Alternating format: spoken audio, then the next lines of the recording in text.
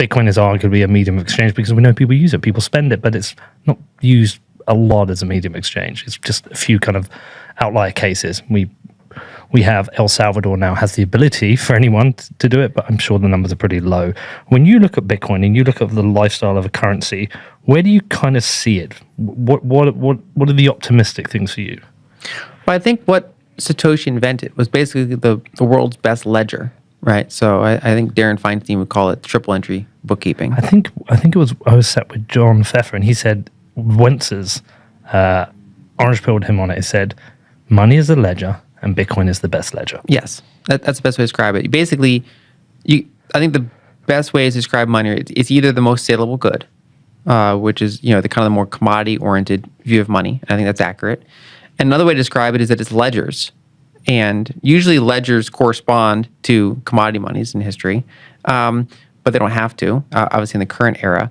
And so in that sense, the best ledger, the one that is, you can't fudge the numbers, it's not opaque, right? And so the combination of the best ledger with a hard unit of account in that ledger system is a pretty marvelous revolution. Yeah. And that brings, it's basically faster than gold, but more auditable and harder than fiat. And so it kind of acts as its own decentralized transfer agent and registrar, which is it's a marvelous technology. And I think he solved a lot of problems, and it's still very early on in its testing and adoption phase. So, initially it had some bugs.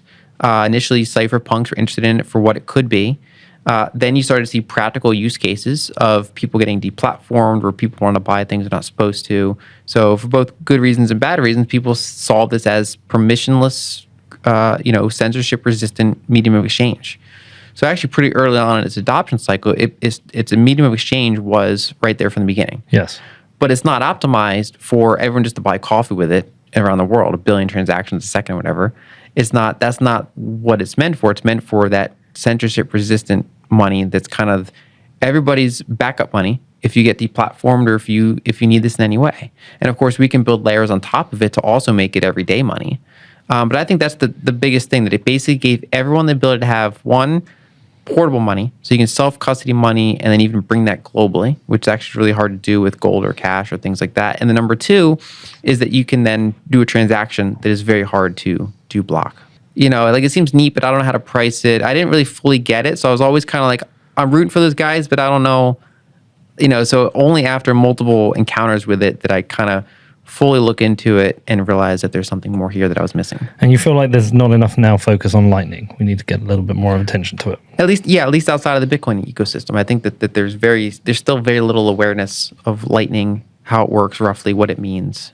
Yeah, so if Bitcoin is the best ledger, then Lightning is perhaps the best payments network in the world. And I think we should get into why that is, because the more I understand about Lightning, the more I understand about the traditional payment networks and how they can stop or block transactions and the way they add fees. If Bitcoin had a dollar stablecoin on it, it would be a big threat, I think, to Visa and Mastercard for their debit networks. I think so. And especially, the first couple years of Lightning is very low liquidity. But we've hit kind of a critical mass now where it's quite liquid and the wallet solutions and things like that are pretty good. So even though there's still work to be done, there's still limitations, there's still privacy improvements that can be made, this is now a very workable system with a very strong network effect.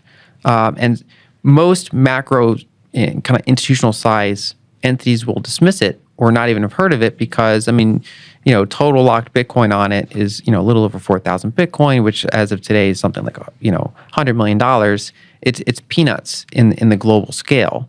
But I think if you're looking at how it works and seeing that it gets better every year, and you're seeing the growth rate and the rise in liquidity, I think we're reaching that critical mass. I think we've reached it basically at the beginning of 2021 or so. And I think now we're firmly into the point where it's just increasingly usable system. What are the biggest flaws you see in the system outside of, firstly, it's expensive because of the fees. Are there any significant flaws? Well, two main flaws. One is that it is just a layer on top of a fiat currency system. Yep. So it's inflationary. And number two, it's permissioned. Sorry, how is it inflationary? Well, because it's all based on moving dollars or euros or yen around. This is not. It's not its own unit of account. It's Right. Okay, It's a yeah. layer on top of Of an inflationary Yes, system. of Sorry, an inflationary I thought you meant the actual system itself is inflation. Oh no, yeah, it's just moving around inflationary units. Yes. So that's number one, and then number two is it's permissioned. It's a walled garden, basically, that you have to have access to. You have to be given access to it by financial institutions. And you can be removed from it. You can be removed from it either, even from a top-down way. If you're in an authoritarian government, they can be like, people that meet this criteria are not allowed to access banks. And so when we look at Bitcoin and Lightning, Bitcoin obviously has limits on how much transactions can happen, and then also they're pretty slow. And so that's fine in some circumstances, but it's generally not a good thing for 1 billion people to buy coffees with, right?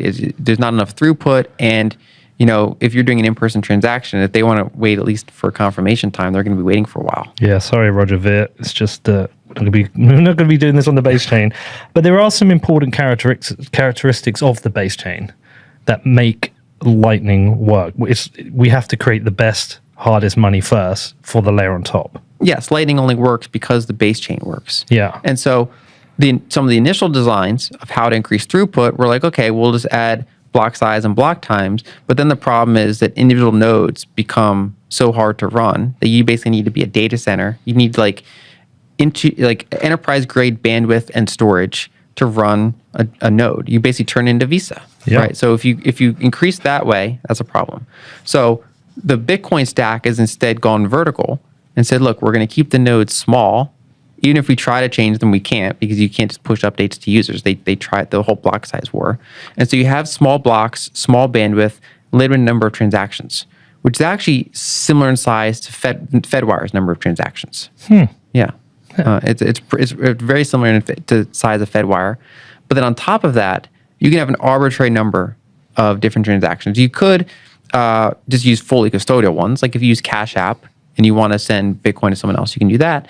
But Lightning is interesting because you can still use it peer-to-peer while still getting that bigger throughput. So basically it's channel-based instead of broadcast-based. And of course, Bitcoiners know this, but I think the broader investment community is still very unaware of how Lightning works.